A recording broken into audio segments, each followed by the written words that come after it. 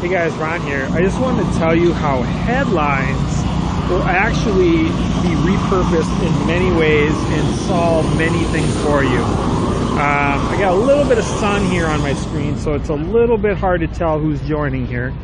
Sorry about that, but here's the deal. When you're posting headlines on opt-in pages to collect email addresses, you're using headlines on Facebook. Those are just a couple examples I'd like to use in this scope. You're going to get the right targeted people with the headlines and save years of your time by using the right headline to get the right people, Art Novino, good to see ya, get the right people into your opt-in email list, okay? So just take that as step one.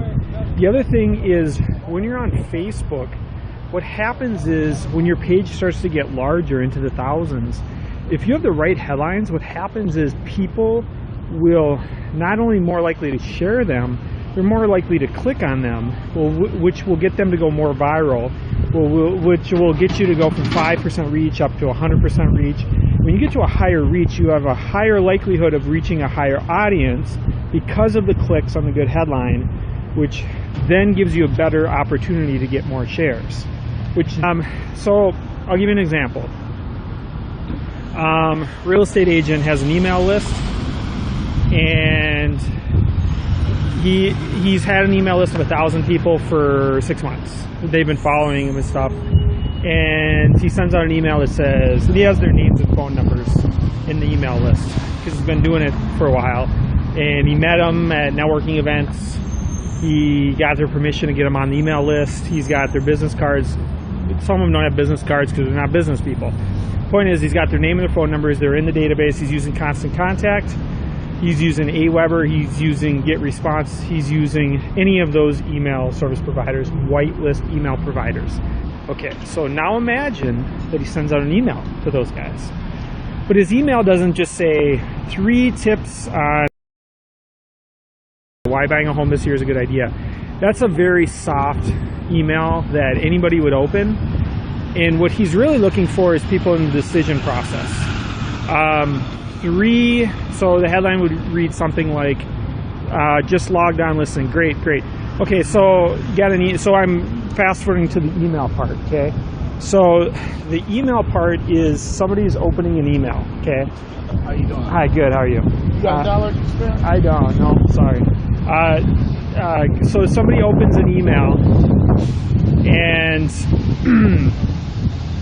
excuse me for a second here. Somebody opens your email, but you want to be very specific on your headline on what that email is, okay? So the email might read something like 3 questions to ask an agent right before you look at houses. 3 questions to ask a mortgage broker before you get pre-approved. 3 things stopping you from getting pre-approved for a mortgage.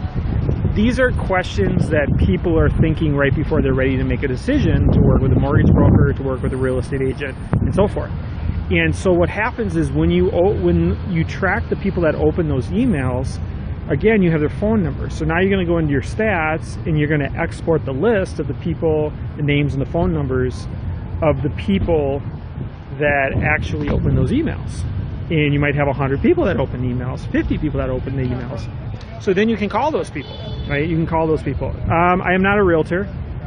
I had a broker's license for about 12 or 13 years. I've helped realtors with marketing and stuff before in the past.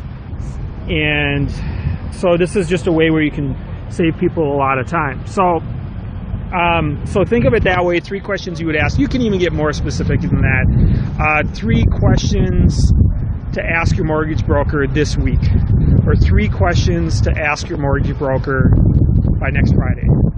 The more specific you are on the timeline, and you're not 27 tips to ask a mortgage broker this year. That's somebody that's still in the beginning of the process. If you'd be looking for something more like the final 3 questions before getting pre-approved. And then you'd take those people, track the people that open the email, you'd have their names and their phone numbers, and you could call them back and just say, hey, I noticed you opened the email, and I'm just following up with you, see if you have some questions about such and such. Now, what you could run into is you could have 50 people that open the email and be like, yeah, I wasn't really ready to make a decision yet. Thanks for calling back. Maybe call back in a couple months.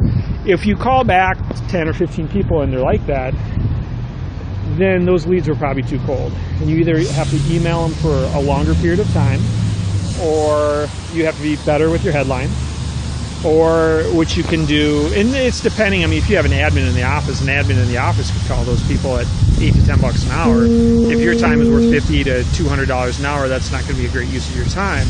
But here's the other thing you can do is you can have that headline, and then you can have some copy that's really good with some subheadings, and then after all the subheadings and more copy, just say it's this much copy, paragraph or two, then you have a link that says, sure, would like to talk with you. Hey, I think the link could say something like, hey, I'm in, I'd like to know those answers by phone. And then you could take the 6 or 7 people that click that link and then find out your stats and constant contact, get response, AWeber. Find the 6 or 7 people that click the link, and then what you're going to do is call those people, and then those are going to be much hotter leads. See, people are right now, they're too concerned about how do I get 1,000 leads and how do I get 500 leads. You don't want 500 or 1,000 leads. That's not the challenging part. The challenging part is the 80-20 your time with headlines. So if you need to use one headline to get people on an email list, another headline to filter them more to who opens the email, and then another headline or another sub-headline or two to narrow it down. So you get your 1,000 people on the email list, get 10% of the people, get 10% of the people to open it, and then get another 1% of those, of the total 1,000 people, to actually click the link after they've read some stuff. Now they've filtered it because your time is valuable, and you have to think that way from the beginning for it to be true in the long run. So the thing is if you just say, well, I'm a realtor and I don't have any business, I don't make any money, so I have nothing but time on my hands. Well, that's not true. Thanks for the hearts. That's not true. I mean, if you don't start from the beginning with the mindset that your time is very valuable, you'll never get to a place where your time is very valuable. You'll just always, it's just like at the gym, it's like practicing the wrong form. You have to practice the right form from the beginning. For when you're going to be big, like Michael Gerber says, you have to practice the systems and the leads the right way in the beginning, because you're going to be scaling, so you need to make sure you're doing it the right way. So you're going to have the right headline for the opt-in page, you're going to get the people on the email list, and then you're going to have subheads that they can read through and then click on a link, and it might say something like, yes, I'm ready to talk to somebody by phone, or yes, I have one last question. The link can say whatever you want it to say to filter them out, and then you're going to go back into your get response or your AWeber or any of those autoresponder email whitelist programs, and you're going to call those people back. So in the beginning, when you have an opt-in page, you need their name and their phone number. You're going to call them back, you're going to text them back, you're going to call them back and see if you can answer their questions. And the worst case scenario is you might get a couple unsubscribes, but the other worst case scenario is that they're just too cold of leads, where they're just not worth your time. So you just get better at headlines, you have more copy in your email before the link, you filter it out even more, or you just email them for more weeks or more months before you decide to call them back. Either way, most realtors and most people that network in life are networking with extremely cold prospects. They go to B2Bs, all these DNIs and all this other stuff. Those are really cold prospects. And just people off the street, these are much warmer prospects. And you're creating a funnel, a sales funnel, and a relationship funnel to do that. So that's just one example of how headlines can 80-20 your time. And then I would think that we're all on the same page here, that we've studied 80-20 a little bit. We've studied how being more efficient with your time would lead to more free time in your life and more money in your life. And that's the point of 80-20 in your life. But there's a lot of things that 80-20 in our lives: tools, systems, technology, cars, people. There's all kinds of things that 80-20 in our life. But I'm here to just tell you how in the world that we live in with social media, Facebook, Twitter, YouTube, blogging, all this other stuff, there's so many things to keep you busy 24 hours a day, that I'm teaching you how all of them come together, and the overlap with all of them is the headline. The headline is where we have to get the click. We have to get the click to get more shares on social media. We have to get more reach on Facebook. We have to get the people off of Twitter. We have to get our blog post to rank so that we can get more clicks on our blog. We have to get opt-in email subscriptions. Without the click, you don't get the click without the headline being correct. So it can't be just something simple like 3 cool things that everyone needs to know in life. That's too general and it's not good enough. You got to be always getting better at your headline skills. So I got more scopes coming up in the future. I'm going to go blog for a little bit for you guys.